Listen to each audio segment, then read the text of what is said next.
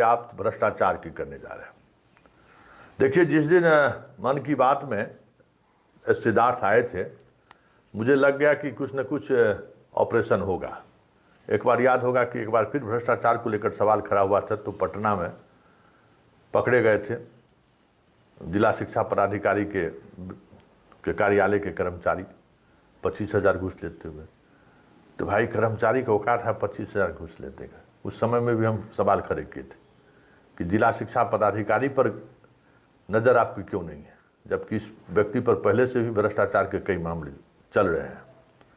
निगरानी जांच तक का रिकमेंडेशन हो गया है, लेकिन चलिए, सैया भेल कोतवाल तो दर का है का, यहाँ तो बहुत कुछ है, इसलिए चर्चा करना बेमानीय है।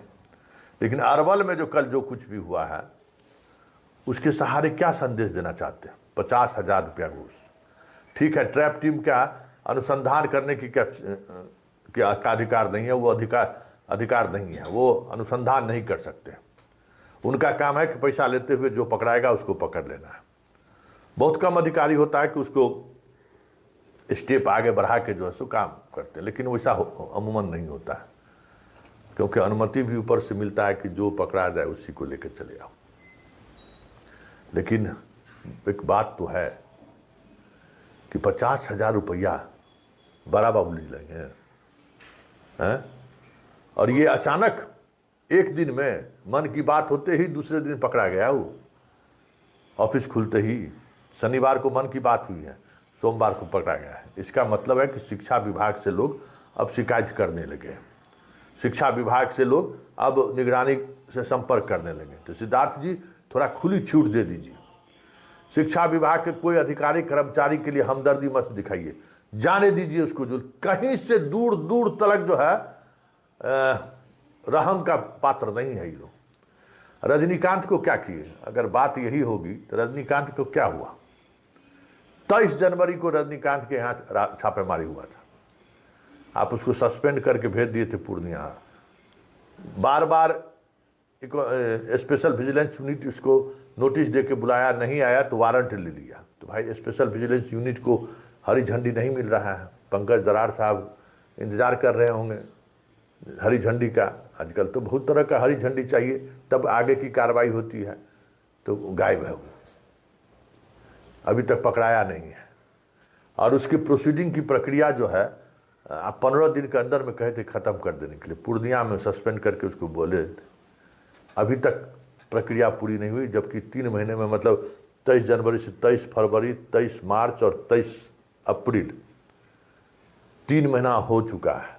अभी तक उसकी प्रोसीडिंग की प्रक्रिया शुरू नहीं हुई, जबकि अगर आप जितने बड़ी राशि 2 करोड़ से अधिक रुपया बरामद हुआ था, ऐसे अधिकारियों को डिसमिस हो जाना चाहिए था। और आपके रहते हुए अगर ये काम नहीं हुआ, तब फिर दूसरे अधिकारी से बस की बात थोड़ी है। आप तो विभाग के अपर मुख्य सचिव हैं ही, मुख्यमंत्री के प्रधान सचिव हैं ही, आपको क्या दिक्कत है? आप तो विजिलेंस को भी कहेंगे कि जल्द से जल्द चार्जशीट कीजिए और क्या कहते हैं, जांच करने के लिए। उसमें एक बात हम उस समय में भी सवाल खड़े किए थे कि दोनों उस ट्रैप के इस पे जो है आप FIR मत, इसको सस्पेंड मत कीजिए। लेकिन विभाग का आदमी सब तो बहुत चतुर होता है।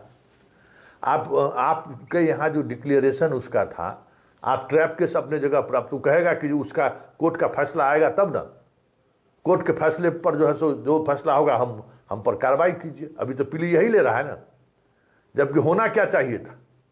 ट्रैप केस अलग था, ट्रैप केस में जो चीज़ें हो रही थी होने देते। ये इन्होंने जो एसेट घोषित किया था, हर वर्ष सभी अधिकारी को एसेट घोषित करना है ना, उस एसेट घोषित में से अतिरिक्त राशि मिलना ही एक बड़ा अपराध है।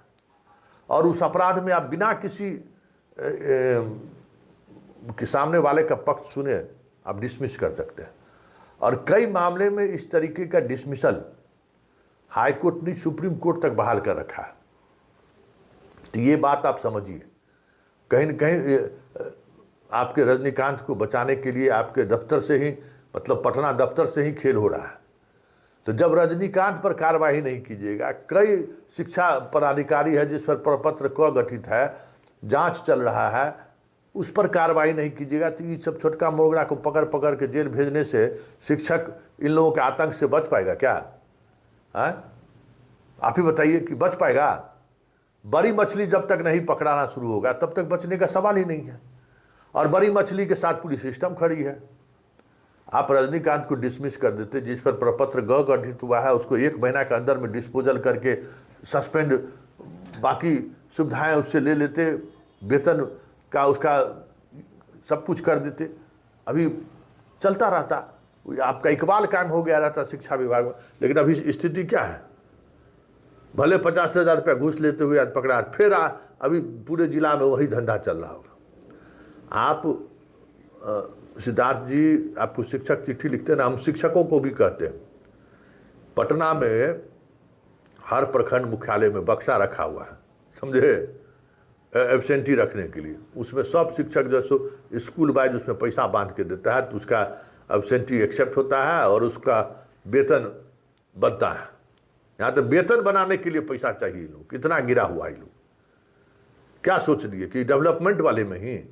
और अगर भ्रष्टाचार के खिलाफ इतना ही आप कार्रवाई करने पर सजग हैं तो लखीसराय का फाइल मंगवा लीजिए, जिस पर भ्रष्टाचार का आरोप है वही FIR दर्ज किया है समस्तीपुर की तरह।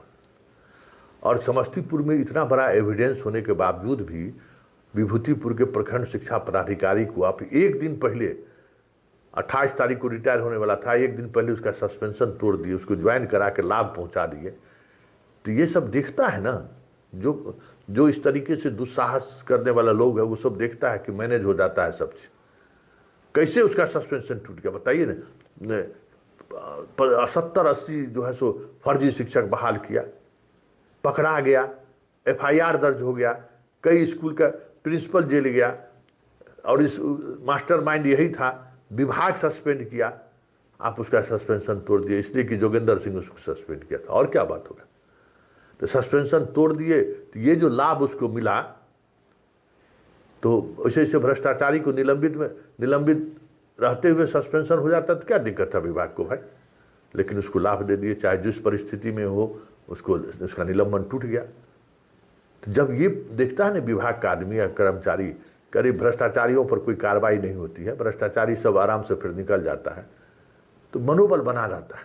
अच्छा पैसा लेते हुए पकड़ा है ना, 2 महीना जेल में रहेंगे, बेल होगा, आएंगे फिर ज्वाइन कर लेंगे, फिर लूटना शुरू कर देंगे, और उसी लुटाई से जो है सो हम अपना केस लड़ते रहेंगे। जितना निगरानी का ट्रैप केस हुआ है उसमें अधिकांश लोग तो यही करते हैं। पुलिस डिपार्टमेंट को छोड़ दीजिए, बाकी किसी डिपार्टमेंट में डिसमिसल हुआ है क्या?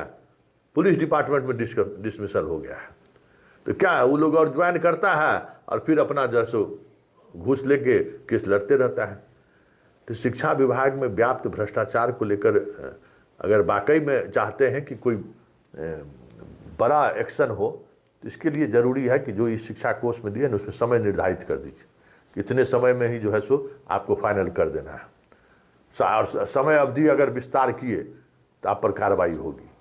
और वाजिब, हालांकि CO सबको भी तो कहा गया है कि आप दाखिल खारिज रद्द करने के लिए आपको वाजिब कारण बताना पड़ेगा। तो ये सब तो अपने मन से वाजिब कारण तो एक से एक ऐसा निकाल देता है कि दौड़ते रह जाइएगा, आपका ओरिजिनल भी है तो दाखिल खारिज नहीं हो, तो वही शिक्षा विभाग में होगा।